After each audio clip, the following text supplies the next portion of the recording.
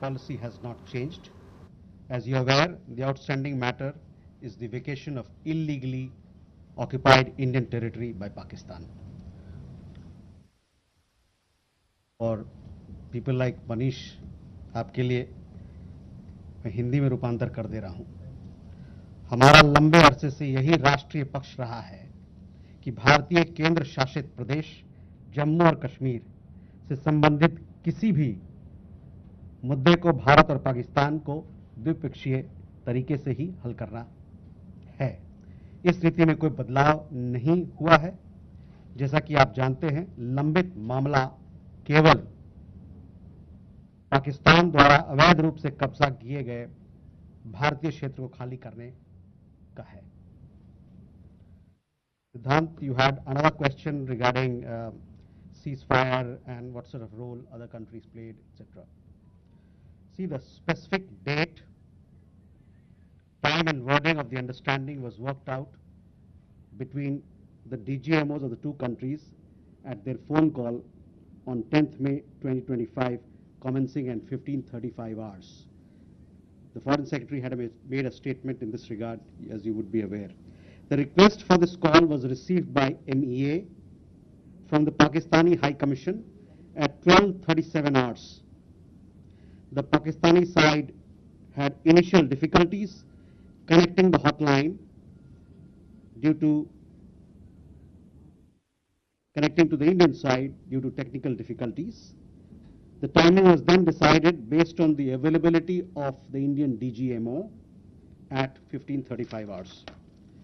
You will of course appreciate that early on 10th morning, we had mounted an extremely effective attack on key Pakistani Air Force bases.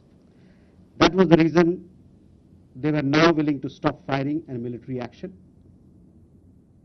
Let me be clear, it was the force of Indian arms that compelled Pakistan to stop its firing.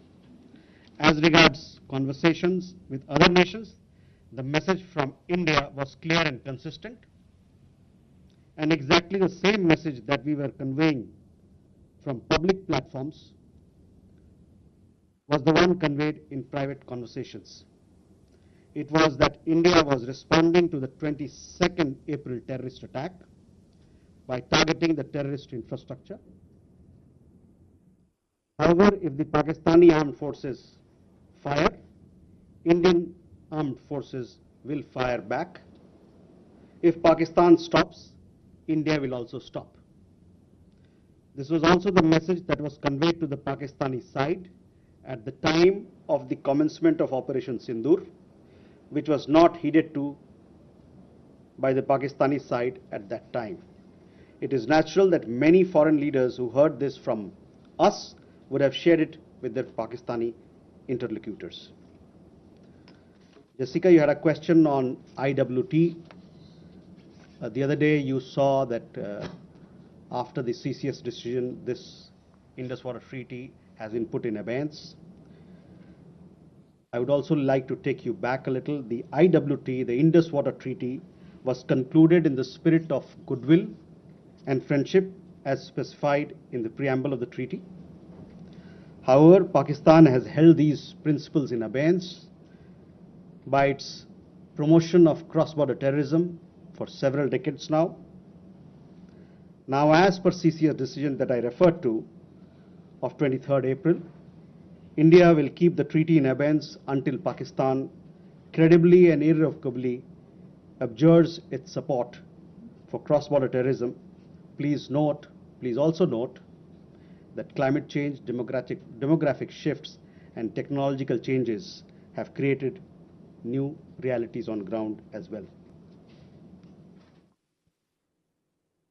Kandirmi had a question regarding trade matters. From the time of Operation Sindoor, commenced on 7th May, till the understanding on cessation of firing and military action on 10th May, there were conversations between Indian and US leaders on the evolving military situation. The issue of trade did not come up in any of these discussions.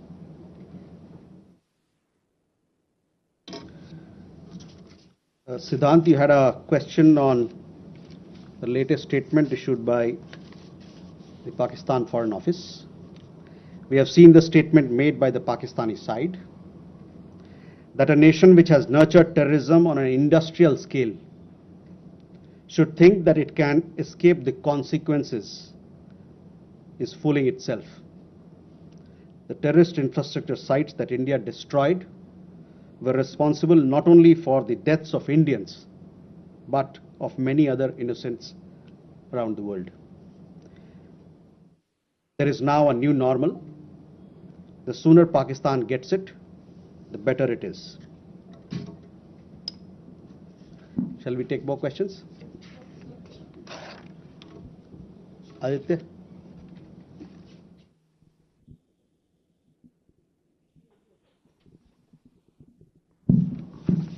Mr. Jaiswal, I have two quick questions.